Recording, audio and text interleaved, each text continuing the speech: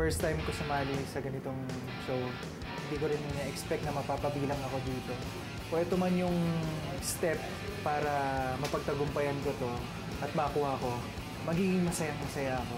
Sobra.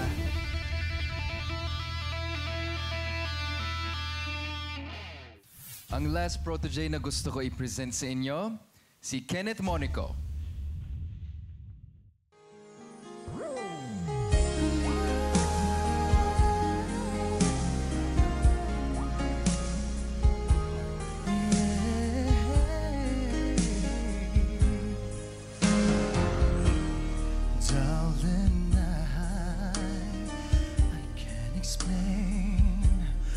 Where do we lose our way?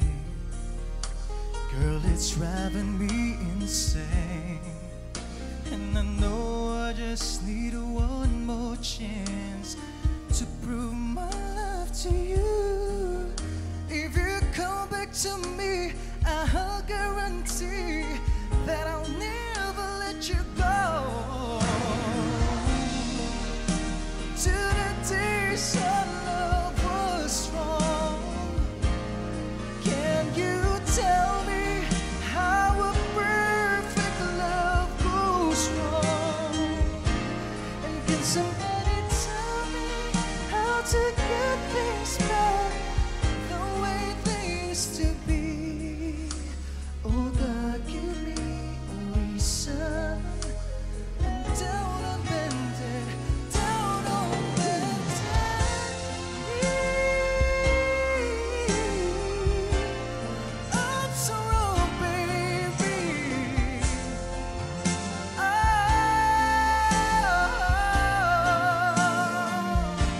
And can somebody tell me how to get things back the way they used to be? Oh God, give me a reason. I'm down on bended knees.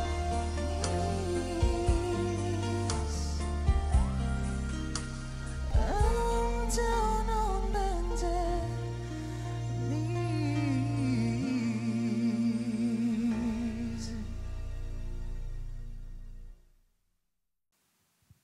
Alam mo, JR, iba-iba yung na-present mo sa amin ngayong mga protege mo. Ito, iba eh. Parang boy band na ang dating nitong solo. Ngayon lang ako nakakita ng boy band na mag-isa.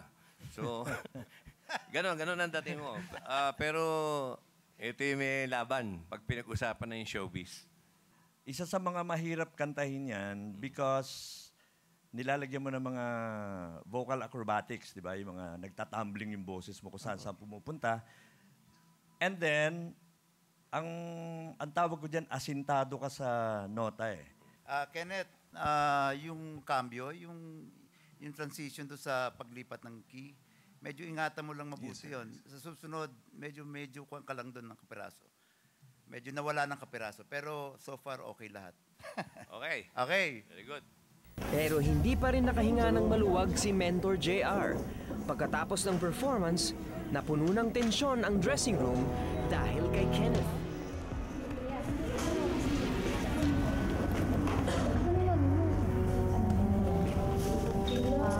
Paamin sa kanila. Ito yung towel. Hindi lang. Nilalamig ko siya.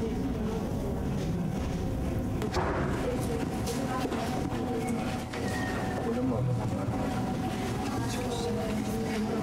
Gusto mo sa akin? Okay lang. Salamat ka. Kuya, salamat ka. Mapapanig ako kanina dito sa hagdan. Nahihilo na ako. Sunod-sunod na kasi po. Pahinga ka muna. Okay? Good job. After the performances, nag-deliberate ang mga judges. They handed over the results to the mentors. At eto na yata ang pinakamasakit at pinakamahirap na task ng mentor. Ang sabihin sa mga protege niya ang inaabangang final verdict. Talagang wala kang ibang hihinga ng tulong, kundi yung sarili mo lang din yung makakatulong sa'yo kung gagawin mo yung best mo. Yung fulfillment po sa amin, napakalaki po sa amin magkakapatid. Hello, Secado Sisters. I'm very proud of you. Galing nyo. Very positive ang mga feedback from the judges. Yung harmony nyo, maganda daw. At parang Las Vegas show na daw yung ano nyo, di ba? But according to the judges, I'm sorry, but you will not be going to the next round. But don't worry, you guys are such a good act, and I really believe in your talent talaga. You should just keep going with it and keep growing talaga, okay?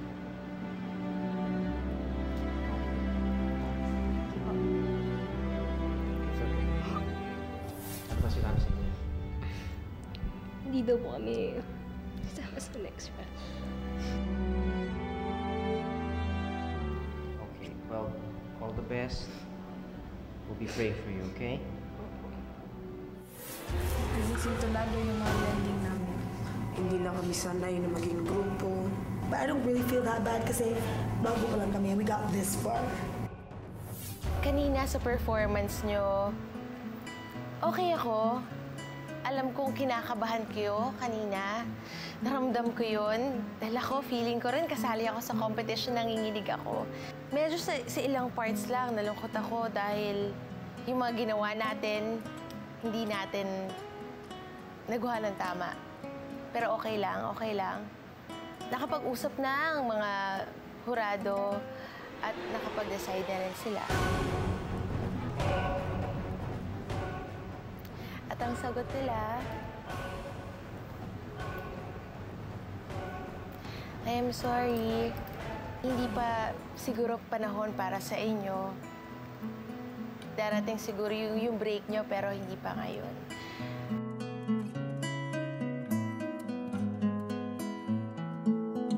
Congratulations. Unfortunately, we didn't make the cut this time. We knew. Alam mo, when you know if you made it or not, you get that feeling. At the same time, it's God's will, you know. Ipagpatuloy lang po namin yung grupo at ipamahagi yung talent sa ibang tao. Hindi ko masasabi na confident kasi lahat naman kami magagaling. Grabe yung kaba ng ng dibdib namin. Wait na lang tayo ng desisyon nila. Para malaman nyo lang, very proud ako as a mentor. Na-impress talaga sila sa inyong dalawa. Hindi nyo ako pinahiya. Hindi nyo sinira yung pangalan ko. We have 3 judges. Sinabi na nila sa akin yung desisyon nila. Ang desisyon ng judges